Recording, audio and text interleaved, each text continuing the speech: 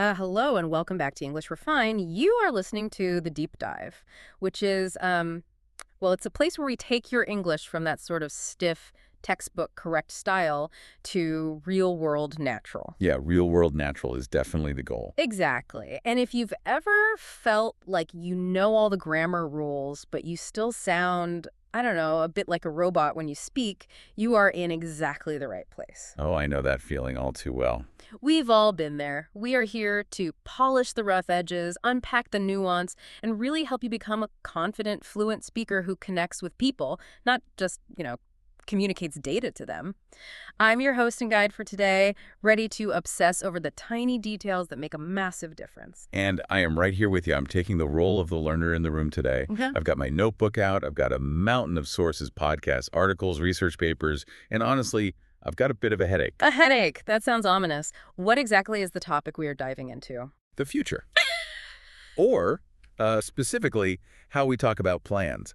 I thought there was basically one way to talk about the future. You just say will, right? Like, I will go to the store. I will see you later. Right. The classic beginner approach. Yeah, but apparently if I do that for everything, I sound weird.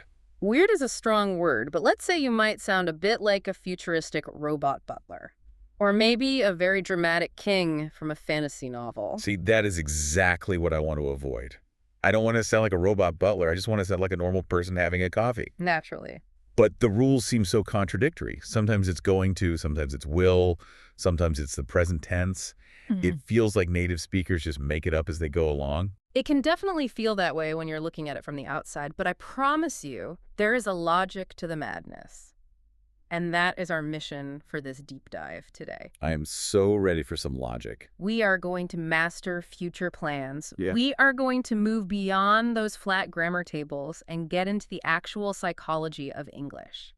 We'll look at why a native speaker chooses one word over another, usually without even thinking about it. I love that, the psychology of it, because that's what we miss in textbooks, right? The Yeah. textbook tells you how to build the sentence, but it doesn't tell you how it feels to the person listening. Exactly. It's all about the feeling. And today we have a really rich outline to get through. We're going to start with the foundation, the classic will versus going to battle. The heavyweights. Right. Then we're going to look at what's called the wall of formality and how to break it down using the present continuous. Plus, we've got a really important section on business English because getting this wrong in a meeting can actually hurt your professional image. Which is terrifying, by the way. It is, but we'll fix it. And we'll wrap up with some beautiful idioms and deep conversation starters. So to everyone listening right now, whether you're driving, at the gym, or cooking dinner, you have plans. You have things you want to do tomorrow, next week, or in 10 years. Absolutely. But the big question is, how do you tell someone about those plans without sounding stiff? Let's jump into the deep end. The foundation. Will versus going to. Now, looking at the source from the JSH Learn English podcast, what was the first thing that really jumped out at you? Well, the biggest shock for me was this idea of the pre-existing plan versus the spontaneous decision. I think I've just been using them totally interchangeably my whole life. Most learners do. Like if I'm talking to a friend, I might say, oh, I will go to the cinema on Friday. Yeah. And then 10 minutes later, I might say, I am going to have a sandwich. It was just random for me. Just whatever word came to mind first. Exactly. But the JIH podcast says it is not random at all. It is definitely not random. It's all about the timeline of your brain. When did the idea actually enter your head? That is the key question you have to ask yourself. Okay, so let's break down going to first. The rule, according to the source, is that we use going to when the plan exists before the conversation starts. Right. It's a pre-existing intention. Yeah, like the seed was already planted. The example they used was a character named Lisa. Ah, yes. Lisa and her big trip. Right, Lisa's trip to the Grand Canyon. So in the story, Lisa is talking to a friend. She doesn't just suddenly decide to go to the Grand Canyon right there in the middle of the sentence. She's already looked at a map. Maybe she's booked a hotel. She has this firm intention in her mind. Exactly. So when she speaks to her friend, she says, I'm going to visit the Grand Canyon. Spot on. I'm going to. It has actual weight to it. It implies that the decision-making process is finished. It's done. The train has left the station. So if Lisa said, I will visit the Grand Canyon, how does that change the feeling? If she says, I will visit the Grand Canyon, it sounds different. It sounds like a proclamation. A proclamation. Yeah, like she's standing on a mountain peak and shouting to the gods, I will do this. It sounds like pure, raw determination, but it doesn't necessarily sound like she has booked the tickets. Oh, I see. It sounds like a dream or a sudden vow she's making, but I'm gonna... Well, that sounds like logistics. It sounds real and grounded. That is a really helpful distinction. Logistics versus vows. Yeah. Now let's flip it over to will.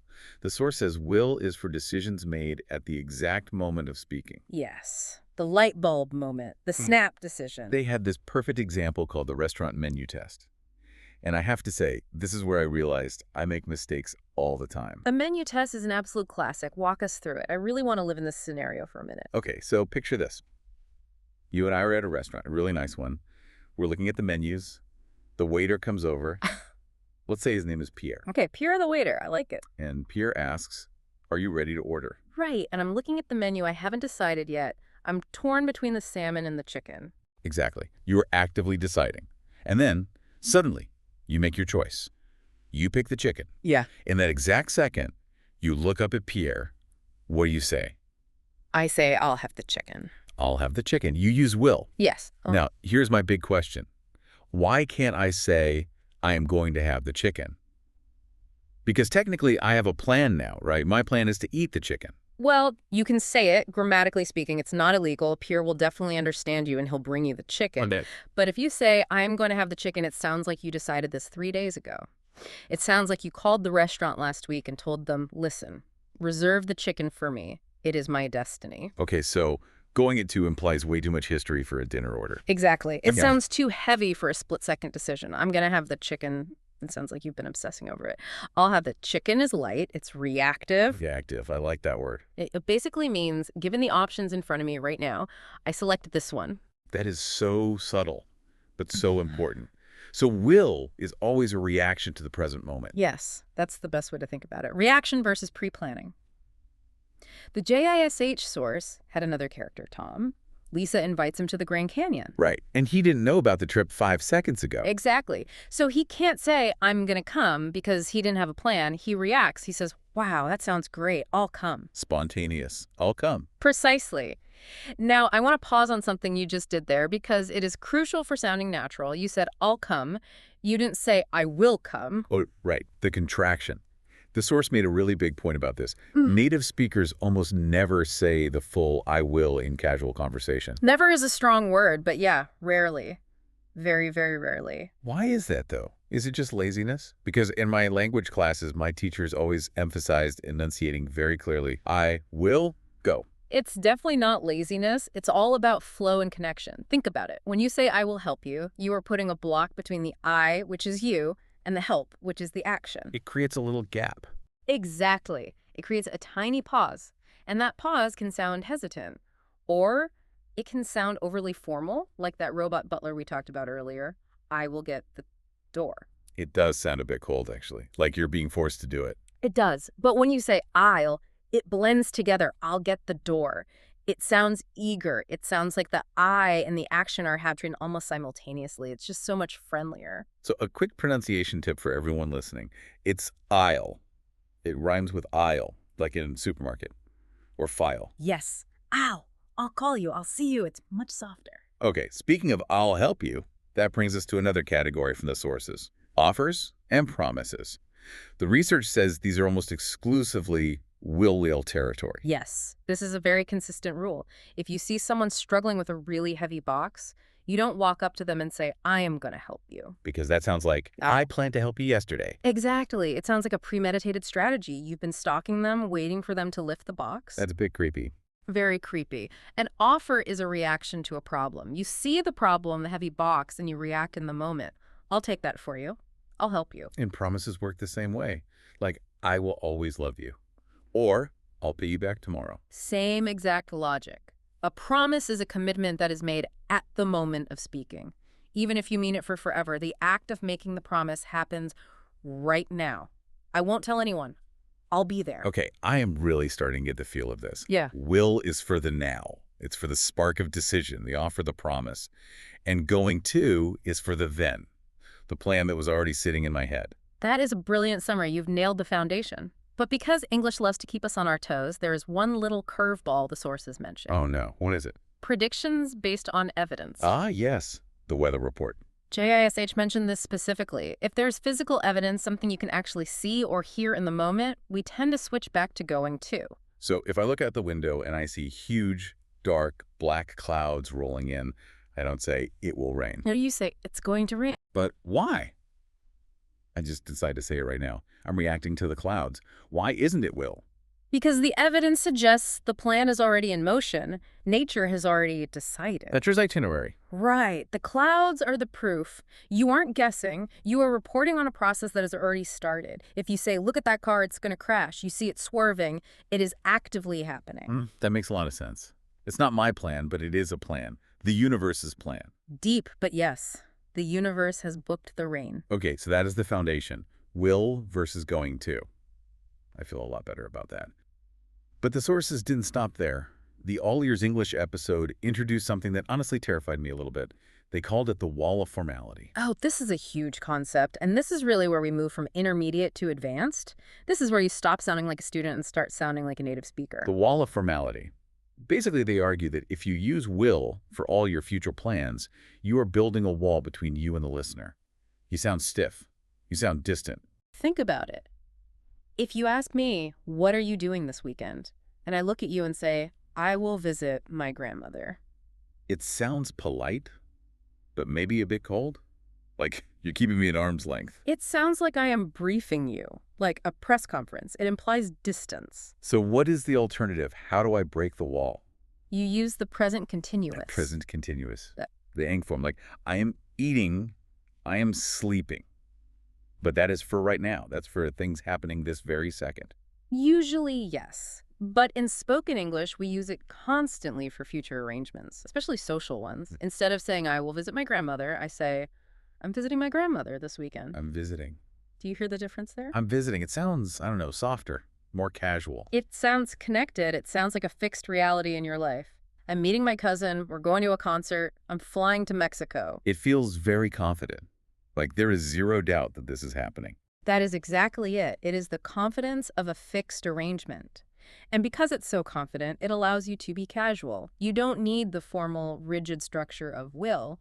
You just state it as a fact that is already unfolding in your schedule. The Max and Mia sorts actually had a really cool way of visualizing this. They called it the hierarchy of commitment.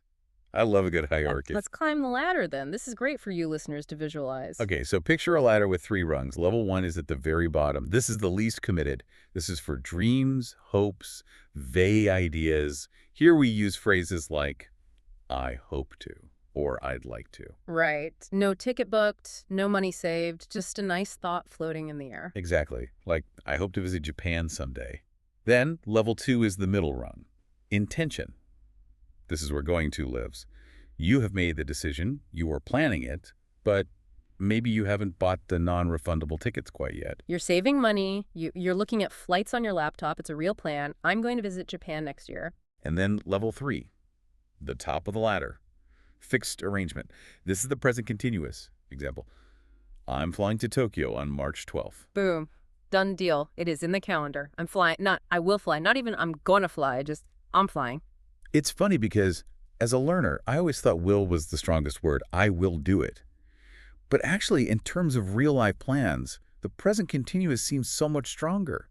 It treats the future as if it is already happening. That is such a profound insight. Will can sometimes sound like a promise you are desperately trying to convince yourself of. I will diet, I will exercise. You've all been there. Right. But saying I'm meeting my trainer tomorrow means you actually have the appointment.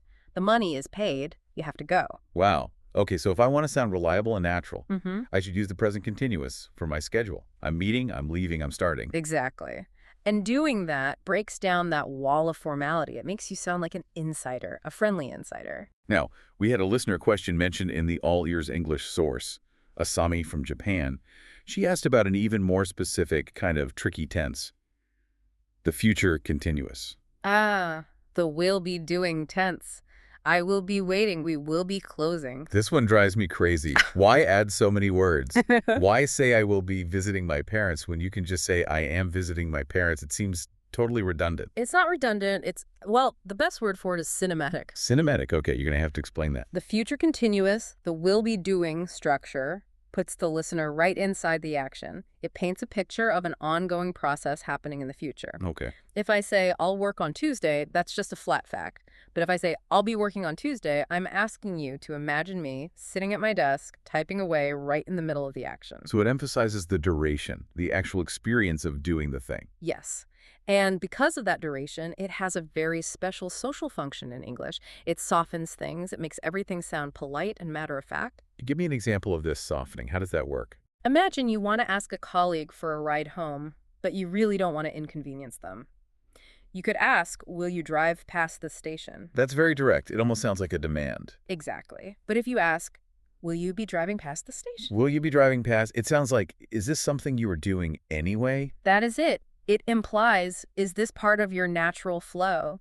I don't want you to change your plans for me, just will you be doing it? Oh, that is incredibly useful. It takes all the pressure off the other person. And we use it in customer service all the time for the exact same reason. Think about being in a store at the end of the day. A voice comes over the speaker. We will be closing the store in 10 minutes.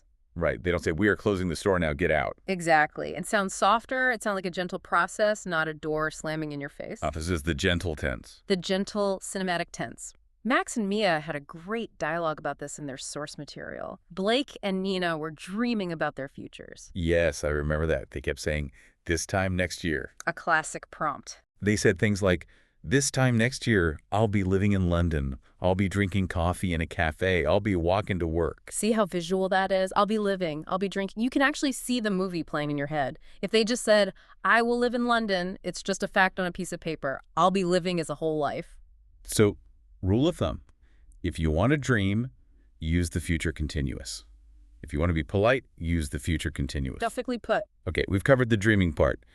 But life isn't just dreams, right? It's also conditions. We have to talk about the if word.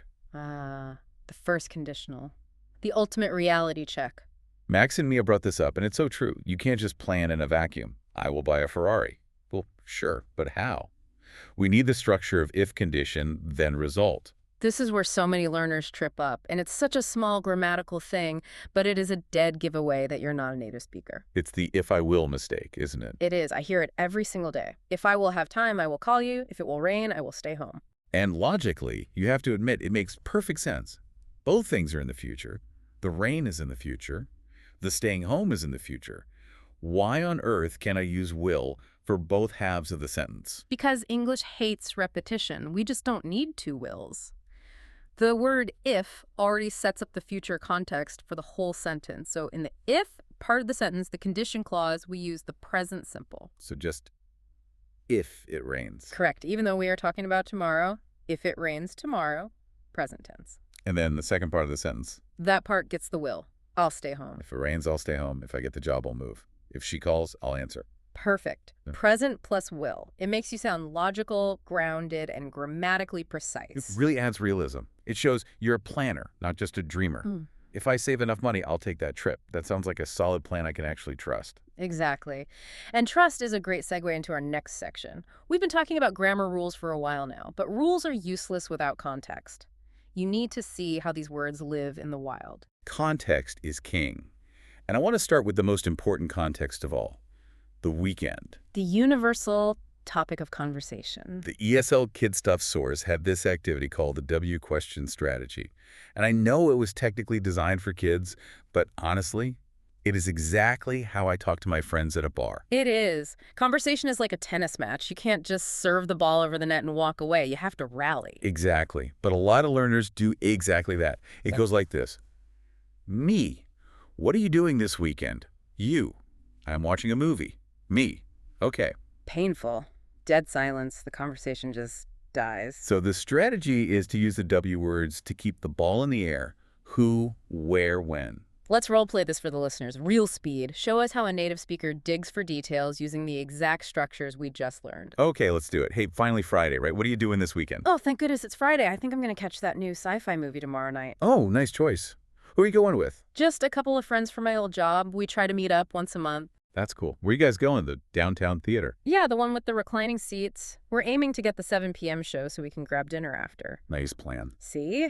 That flowed naturally. And look at the grammar you used in those questions. Yeah, it was all over the place. We started with, what are you doing? Present continuous, I replied. I'm going to catch. Going to, representing my intention. Then you asked, who are you going with? Present continuous again. Where are you going? Present And continuous. you used "we're aiming to." That was a really nice variation. I like that. We're aiming to. It's a lot like planning to, but it implies a specific target. I'm aiming to finish by 5. It's fantastic vocabulary for making plans. And notice we didn't use "will" a single time in that whole exchange. Nope. Because we were discussing established arrangements and intentions. If you had said, who will you go with, it would have sounded interrogational, like a police officer shining a light in my face. Who will you go with, sir? Right. I will go with my accomplices to the cinema. Mm-hmm. No, we want to keep it light and breezy. Present continuous is your absolute best friend for your social life. But sometimes plans are a lot bigger than just going to a movie. We have resolutions, life goals. This brings up the Max and Mia conversation between Trevor and Jenna. They were talking about lifestyle changes. And I love the vocabulary here because it wasn't just basic stuff like, I will exercise. It was very specific. Specificity is the mark of true fluency. Trevor didn't just say, I will use my phone less. What was his exact phrasing? He said, I'm going to cut down on social media. Cut down on, meaning to reduce. Such a powerful, natural phrasal verb. I need to cut down on sugar. I'm going to cut down on spending. And Jenna said she was aiming to read 2 books a month. And then she dropped this phrase, meal prepping. I'm going to start meal prepping. That is extremely current vocabulary. It means preparing your food for the whole week on a Sunday. It shows a very high level of organization. And they also talked about accountability. They said we should check in once a month to keep each other accountable. To keep someone accountable, it means to make sure they actually do what they promised they would do. It's a social contract. So putting it all together for personal goals, it sounds like this. I'm going to join a gym. That's the intention. I'm aiming to go 3 times a week, the specific goal. If I get tired, I'll remind myself why I started. That's the first conditional strategy. My friend is meeting me there to keep me accountable. Present continuous arrangement. That is a complex, beautiful, fluent paragraph. That right there is how you talk about your life like a native speaker. It feels really good to be able to weave them all together like that. But now I want to take a hard left turn. Oh, where are we going? We're heading to the boardroom. We need to talk about business English. All right, serious faces on, tie straightened. Let's do it. The Business English Pod Source took us into a corporate retreat for a company called Healthy Organics. And I have a serious question for you. Does all this friendly, casual, present continuous grammar apply in a high-stakes business meeting? Or should I go back to being the robot butler because it sounds more professional? That is the million-dollar question. A lot of learners think. Professional equals formal equals robot. But that is actually a massive trap. Why is it a trap? Because in business, you want to sound competent and in control. If you sound overly formal and stiff like, I will now commence the presentation, you sound nervous. You sound like you are reading from a script. But if you sound too casual, like I'm going to do some stuff, you sound unprepared. You need the middle ground, which is precision. Precision. Okay, I like that. Let's look at vocabulary first. Yep. Collocations. Words that naturally belong together in English. The source mentioned reach a goal. Yes, this is a classic test of natural English. You reach a goal. You don't grasp a goal. You don't patch a goal. Imagine if I stood up in a serious board meeting and confidently said, in Q4, we grasped our sales targets. It sounds so physical. It sounds like you literally caught a ball out of the air. We grasped it. It's weird. It distracts the listener from your point. Reach implies a journey, stretching out and finally touching the finish line. It is the accepted business metaphor. And understand the market, not just know the market. Understand implies depth. It means you get the nuance. You strategize for growth. You don't just plan growth. Strategize is a total power word. Okay, so use the right power words. But what about the tenses? Will versus going to in a meeting context. Let's look at the workplace agenda example from the Max and Mia source, the one with Emma and David. David has a big presentation coming up. He says, I'm going to spend today preparing the slides. I'm going to spend, he uses going to. Yes. Why does he use it? Because it is a structured task. It is already blocked out on his calendar. By saying I'm going to, he is effectively telling his boss, this is allocated time. This is a solid plan I have already made. It sounds incredibly responsible. If he had said, I will spend today preparing, it sounds, I don't know, like he just decided it right now on the spot. Exactly. It might sound like, oh, shoot, I haven't started. I guess I'll spend today doing it. Going to makes it sound like you are a master of your schedule. But then Later in the exact same dialogue, he says, I'll practice my speech tonight. Notice the shift there. Determination, spontaneous resolve. He's feeling the pressure of the upcoming presentation, and he makes a vow to himself in that moment. I'll do it tonight. So going to is for the schedule, and will is for the personal commitment. Generally, yes. And here is a huge pro tip for business specifically. Problem solving. Imagine there is a technical issue. Someone says, the internet might be unstable during the client call. How do you respond to that? If I say I will test it, That's an offer. It's good. I'll test it. But if you say, I'm going to test it beforehand, it sounds like a procedure. It sounds like you are already one step ahead of the problem. I'm going to test it. It implies, don't worry, boss, I already have a plan for this. Exactly. In business, going to can often sound a lot more reassuring because it implies the plan already exists. Will can sound a bit reactive. Oh, the server's down, I'll fix it. Versus, I'm going to restart the server. One sounds like a frantic reaction. The other sounds like a standard operating procedure. That is a nuance I never would have picked up from reading a grammar textbook. Going to for procedure and stability. Will for volunteering and reacting. That's it. If you volunteer for a new task, use will. I'll take the meeting minutes. I'll send the recap email. If you are stating your established workflow, use going to. I'm going to review the data, then I'm going to draft the report. Brilliant. Okay, I honestly feel ready to walk into a corporate meeting right now. But before we wrap up, we promised the listeners we'd get a little philosophical. We promised some idioms. Idioms are the spice of the language. You can have absolutely perfect grammar, but without idioms, your speech lacks flavor. The Max and Mia source listed some really great ones for new beginnings, which is what future plans are really all about, right? Absolutely. The first one is turn over a new leaf. Now, honesty time. I always thought this was about gardening, like physically turning over a leaf on a tree to look at the other side. A lot of people do. It makes total sense. Nature, spring, renewal. But actually, leaf is a very old word for a page in a book, like a leaf of paper. No way, so it's about a book. It's about reading and writing.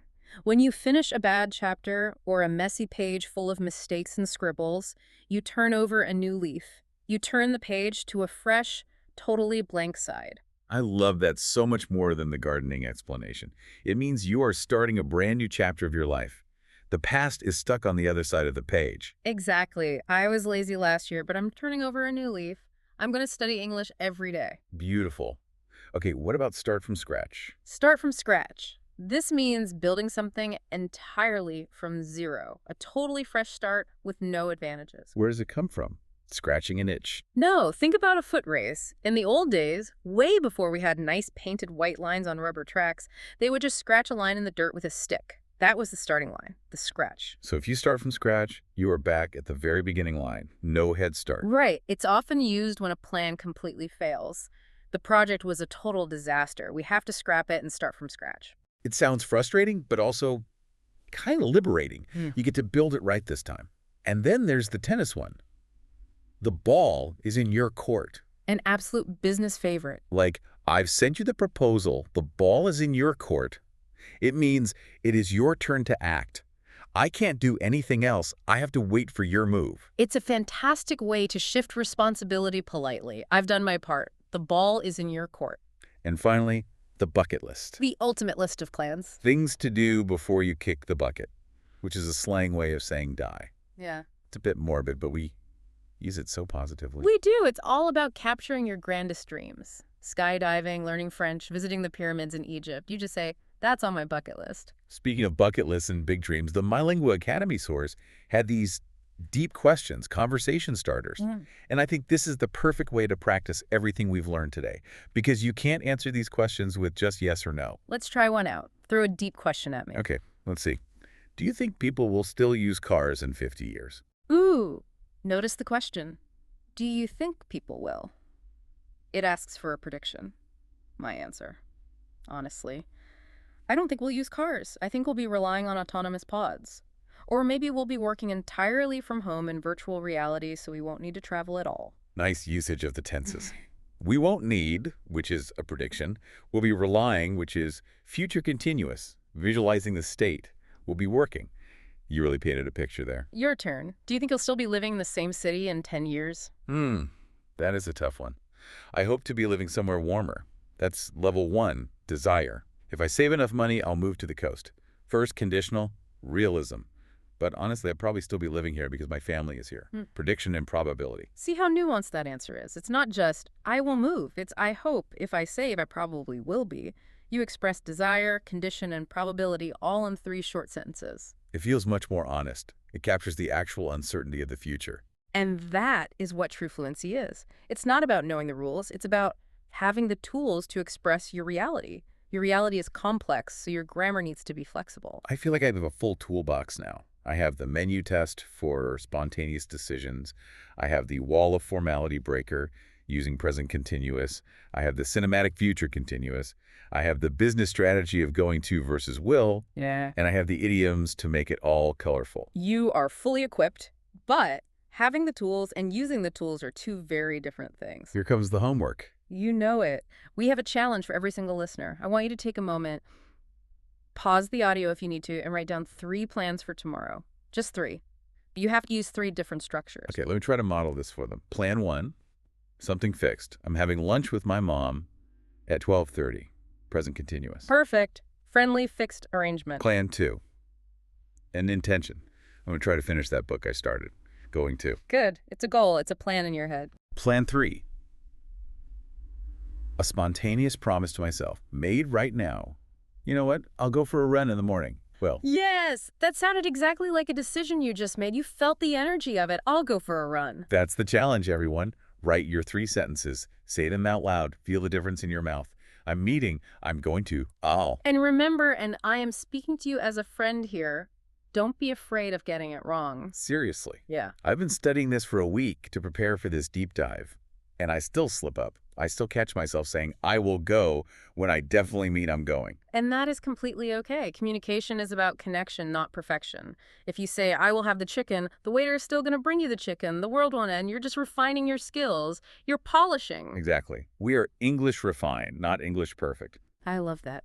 Well, the ball is in your court now, listeners. Go out there, make your plans, turn over a new leaf, and tell the world what you're going to do. But before we sign off, I want to leave you with one final provocative thought, something we didn't cover in the sources, but builds on everything we've talked about. Oh, I'm intrigued. What is it? Think about this. Does the language you speak actually change how you perceive the future? There are linguistic studies suggesting that people who speak languages without a strong, separate, future tense languages that treat the present and future very similarly are actually better at saving money and planning for their health. Wait, really?